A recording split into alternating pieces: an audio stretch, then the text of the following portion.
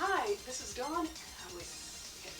Okay. No, I swear it's not going to be. It's not going to be like one of those Jerry Lewis, Dean Martin outtakes. The caddy. You know? Okay. This is Dawn Eden for Video Wave, and I'm here today at an undisclosed location in the East Village with the Mayflies, or members thereof, from Chapel Hill. I was going to say Apple Chill, which is what they call it, to North Carolina. This is Matt McMichaels and Adam Price, and they have a new album out on the Yep Rock label called Summertown, and on this less than summery day they're playing down the street at Brownie's, a gig that will have long passed by the time that you see this. But the thing is, that's my director laughing, by the way, but the thing is that, like, you need to know this in order to create the correct atmosphere, that these are men who have brownies on their minds. Exactly. Thank you. Yes. So tell me, you obviously put a lot of thought into the art direction for your album, which will probably be flashing on the screen as we see this, because our director will probably have a copy by then. So you obviously put a lot of thought into the photographs of people enjoying summer. Why was that concept so important to you to connect with your music? There's a song on the record called Summertown, and we decided, I guess there's kind of like something of a centerpiece, sort of. Yeah, as we record, the record took like a year to do, and as we went along, we realized that there were a lot of motifs popping up, sort of unconsciously, and we tried to make the art work. Actually, we got someone else to do it, sort of interpret the album and do the artwork as a sort of result. Right, this guy named Ron LeBerry, who plays in a band called Pied, that's on Urge, you may or may not have heard of, but he had a lot of pictures from the New Jersey boardwalk and sort of amusement park kind of ghost town. Interesting too. I like the one that's got this big plaster man on the field, sort of like the old Peter Pan golf course in Galveston, Texas, right next to it or something. Yeah, I think it's a miniature golf. Yeah. Lots of amusement.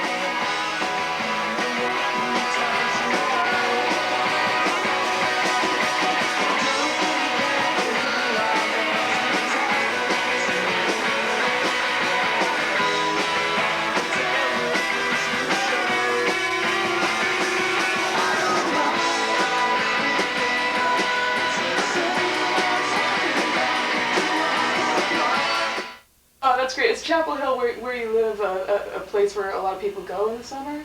No, it's a place a lot of people leave in the summer. I was going to say, because it's a college town, yeah, right? it's the whole, there's sort of a theme running through the record of just sort of the way it is to live in sort of an empty place in the summer. And then, Oh, I get it. but, yeah, I guess that's all. Well, were most of you college students there when you met, or were you actually like born and bred in that area? Well, Matt and the other Matt in the band went to Carolina for 4 years. I went there for a year, dropped out, and David, our drummer, went to Liberty College, home of the Liberty Flames. Oh, excuse me, Liberty University. Yes. Liberty Flames, Jerry Falwell's institution of higher Really? learning. Yes. So he's a young Christian lad. Hey, David, did you have much liberty there? Very much so.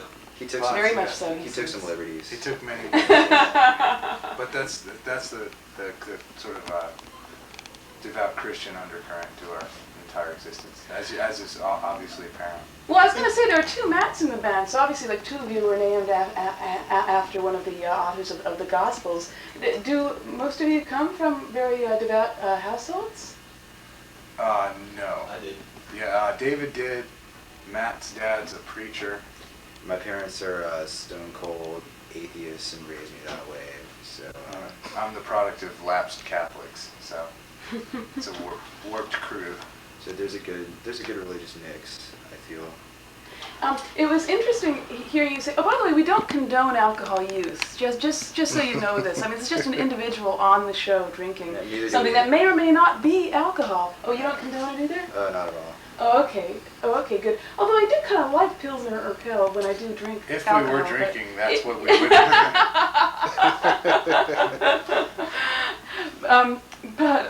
You mentioned that your album took a year to make, and it's interesting that when you said that, because on the one hand, listening to it, I know it's very textured, there's a lot of what I call ear candy in it, but at the same time it sounds very immediate, it sounds very live. What was it that took the longest in recording it?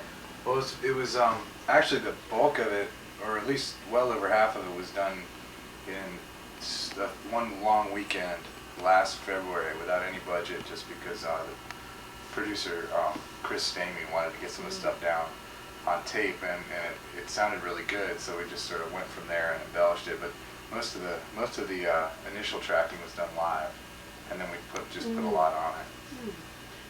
So it seems like the two guitarists in the band, which I'm showing my ignorance here because I've never actually seen you live, but it's you the Matt, and yeah. exactly the Matt, you and the absent Matt.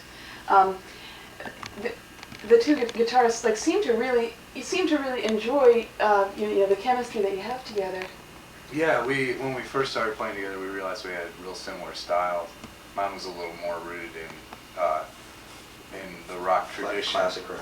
in the classic rock tradition, and Matt's was a little more kind of the banshee wail kind of Chapel Hill cathartic. single note thing. Yeah. So, Chapel Hill, what? well, the sort of Archers of Loaf Superchunk style guitar, and Oh, I he's see. sort of demonic in his playing. But that's the interesting thing about you guys. That I mean, it's often said that, oh, this band, well, they're power pop, but they're modern power pop, and they can totally appeal to modern listeners as well as all those people who like Nick Lowe. And I mean, it's such a cliche by now, but I have to say, if any band can do that, you guys can do that as far as having a pop sound that doesn't compromise, but yet has a certain kind of feel to it that's very compatible with the feel of those contemporary bands you mentioned. You must be like aware in terms of like having one foot in both camps. Yeah, well, I really personally hate The knack and that sort of thing. Yeah, Sweet Well, vibes. just the sort of the slavish rehashing of things that have been done better before. I mean, I think we're pretty much a rock band. We just write, songs.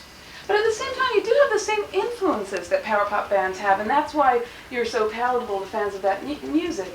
I mean, I'm on record as this like big booster of the power pop revival, and at the same time, I'm sick of it too, like you say, because of what you say, the slavish replication. And yet, there is something in it at the core of it that's very good, and that's the influence from the British invasion, Beatles, Kinks, as well as American bands of that era, like the Byrds and the Buffalo Springfield, and I think that those are the sort of influences that you're going for, more so than the late 70s interpretations of those bands. Yeah, Right, we try right. to try to stay away from the raspberries kind Yeah, of. I think we're far more Big Star than, say, Badfinger.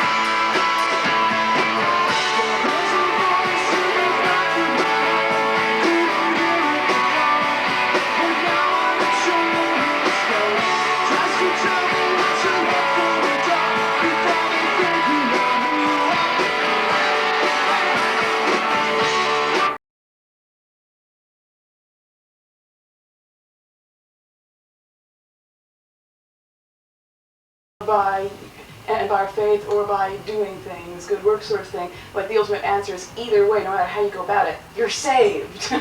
And like with your music, no matter how you go about getting to where you are, you do get to a certain point, but your motives, even though your motives as far as how you're influenced may not be prominent, but people can feel them and people can appreciate that you have a certain kind of artistic integrity. Yeah, I mean that's hopefully all the time we spend listening to all of these semi-obscure bands, and Like who? I mean, Big Stars come to a lot of prominence, but television, Yellow Tango. yeah, Yellow Tango, Velvet Underground and stuff. I mean, we listen to a lot of that stuff, but the songs we write are pop songs, so hopefully some of that comes through. Plus the collaboration with people like Chris Stamey. And Tim Harper, who did the Connells records, actually mixed our records. So. Which explains some of the brightness. Yeah. Yeah, he's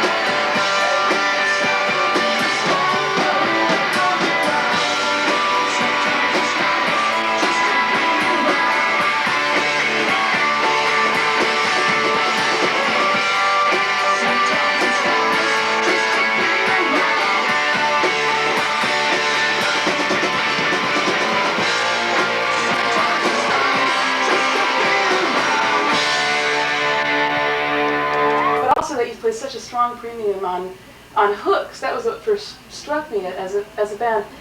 Is that something that you very consciously work on, or is it just one of those magic chemistry things where you come together and you instantly produce like killer melodies? I think we'd like to think it's the latter, I guess. I mean, it's definitely not that conscious.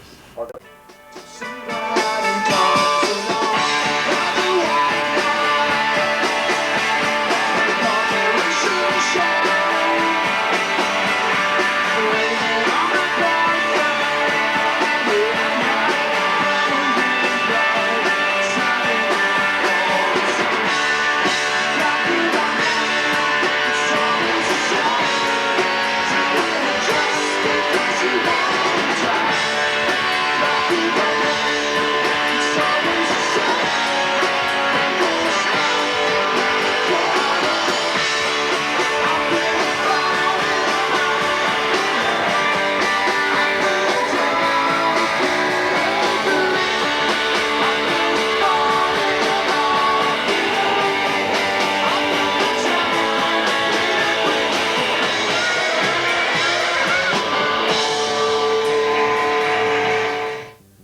I want to make sure that we get in what you were telling me before when I said to you something like, that's great that you got Chris Ramey to produce your record, because I'm sure a lot of bands have approached him over the years that he said no to. I mean, it's the first time I can remember hearing of him producing an outside artist.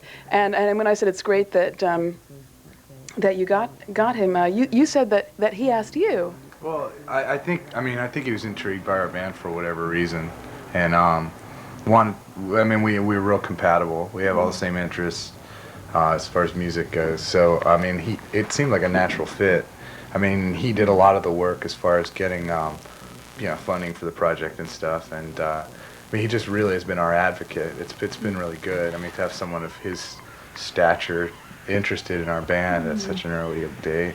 I mean, he heard of you because you approached him wanting him to like work on some things of yours at his studio, like mixing or something. Yeah, mastering what was going to be a 7-inch that we recorded on our my little home studio, but it just sort of evolved from there. He was real interested in our new songs, and I think he saw that he could add some things to it. So it just went from there, and a year later we had a whole record.